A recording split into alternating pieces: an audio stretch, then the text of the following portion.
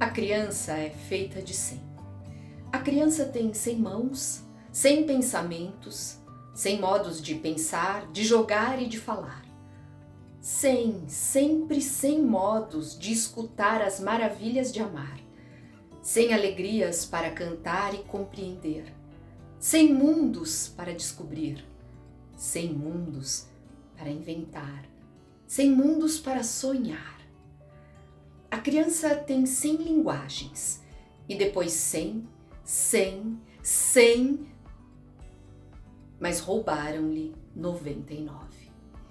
A escola e a cultura lhe separam a cabeça do corpo. Dizem-lhe de pensar sem as mãos, de fazer sem a cabeça, de escutar e de não falar, de compreender sem alegrias, de amar e maravilhar-se só na Páscoa e no Natal. Dizem-lhe de descobrir o mundo que já existe e de 100 roubaram-lhe 99. Dizem-lhe que o jogo e o trabalho, a realidade e a fantasia, a ciência e a imaginação, o céu e a terra, a razão e o sonho são coisas que não estão juntas. Dizem-lhe que as 100 não existem. A criança diz, ao contrário, as 100 existem.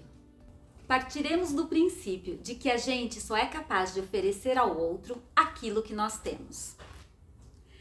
Sabemos que os professores têm uma quantidade enorme de conteúdo obrigatório para passar aos seus alunos e o quanto é custoso pesquisar, diversificar e atualizar este conteúdo. Porém, entendemos também, e aqui somaremos mais uma responsabilidade a tantas que os professores carregam, que essa figura, o professor, a professora, ou seja, você, é fundamental para promover o contato do aluno com a arte. A maioria das pessoas, da população, infelizmente, não frequenta, nunca teve acesso ou nunca teve a oportunidade de ir ao teatro. Mas quando a gente questiona os professores em relação a isso, a resposta é um pouco diferente. E que bom que é assim. Nesse sentido, vocês, professores, são privilegiados sob o nosso ponto de vista. E considerando que já experimentaram o teatro, tiveram a oportunidade de sentir o quanto o teatro pode nos tocar, o quanto o teatro pode ser questionador e o quanto o teatro pode nos fazer refletir sobre inúmeros assuntos do dia a dia, da sociedade, da vida. As artes, em geral, são essenciais para a formação de indivíduos mais sensíveis, criativos e críticos. Entendemos que é muito importante que você ofereça essa oportunidade, muitas vezes a primeira oportunidade para o seu aluno, seja ele um bebê, uma criança ou um jovem. Se você descrever com entusiasmo sua experiência como espectador de teatro, se conseguir promover uma ida ao teatro ou realizar atividades em que o aluno experimente o fazer teatral, já será um grande passo. Algumas gerações passadas frequentavam muito o teatro, o circo, talvez pela pouca opção de acesso à arte na época. O teatro e o circo sempre foram mais populares. Não tinham televisão, o cinema era menos acessível a essa vivência. A experiência de frequentar o teatro, o circo, foi transmitida aos seus filhos. Hoje, há gerações de pais que tiveram pouquíssimo ou nenhum acesso ao teatro. Logo, eles não incentivarão os seus filhos a esta prática. Sabemos o quanto o professor influencia seus alunos e o quanto, notadamente, os alunos buscam referências em seus mestres. Portanto, afirmamos com segurança que o professor e a escola também são responsáveis pela difusão das artes e falando mais especificamente do teatro. Queremos muito poder contar com vocês. Claro que você pode ter dúvidas e se questionar. Eu gosto de teatro, me divirto com o teatro, mas até que ponto vou conseguir fazer com que meu aluno entenda essa importância? E até que ponto eu convenço, inclusive, a coordenação e a minha escola de que é importante essa ferramenta? Vamos voltar nossa atenção para algo que tem sido muito falado ultimamente: a criatividade. Várias pesquisas sobre profissões do futuro apontam mudanças drásticas.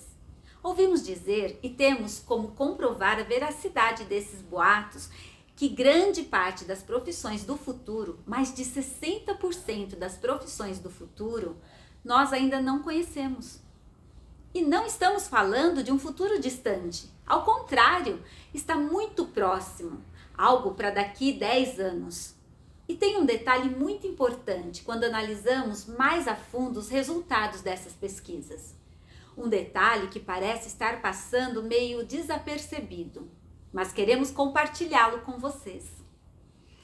As pesquisas mostram que nós ainda não conhecemos as profissões do futuro.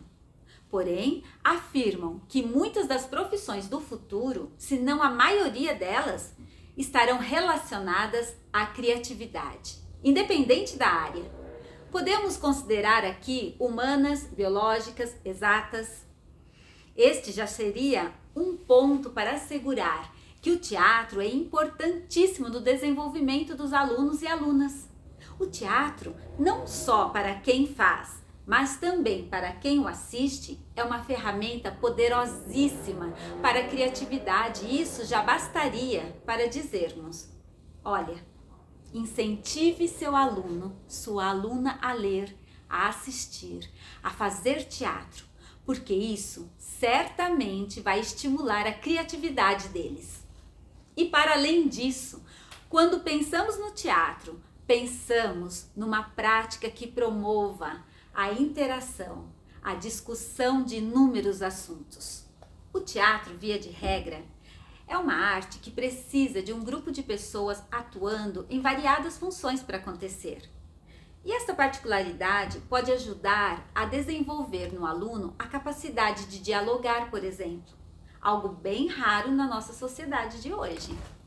Para criar um espetáculo de teatro, todos do grupo precisam ouvir as opiniões alheias, emitir as suas, compartilhar um espaço, um projeto e, o mais importante, a cereja do bolo: chegar num consenso do que será apresentado ao público e trabalhar juntos para atingir este objetivo.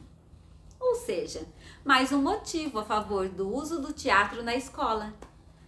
Uma terceira justificativa para enaltecer as artes e o teatro tem a ver com a reflexão.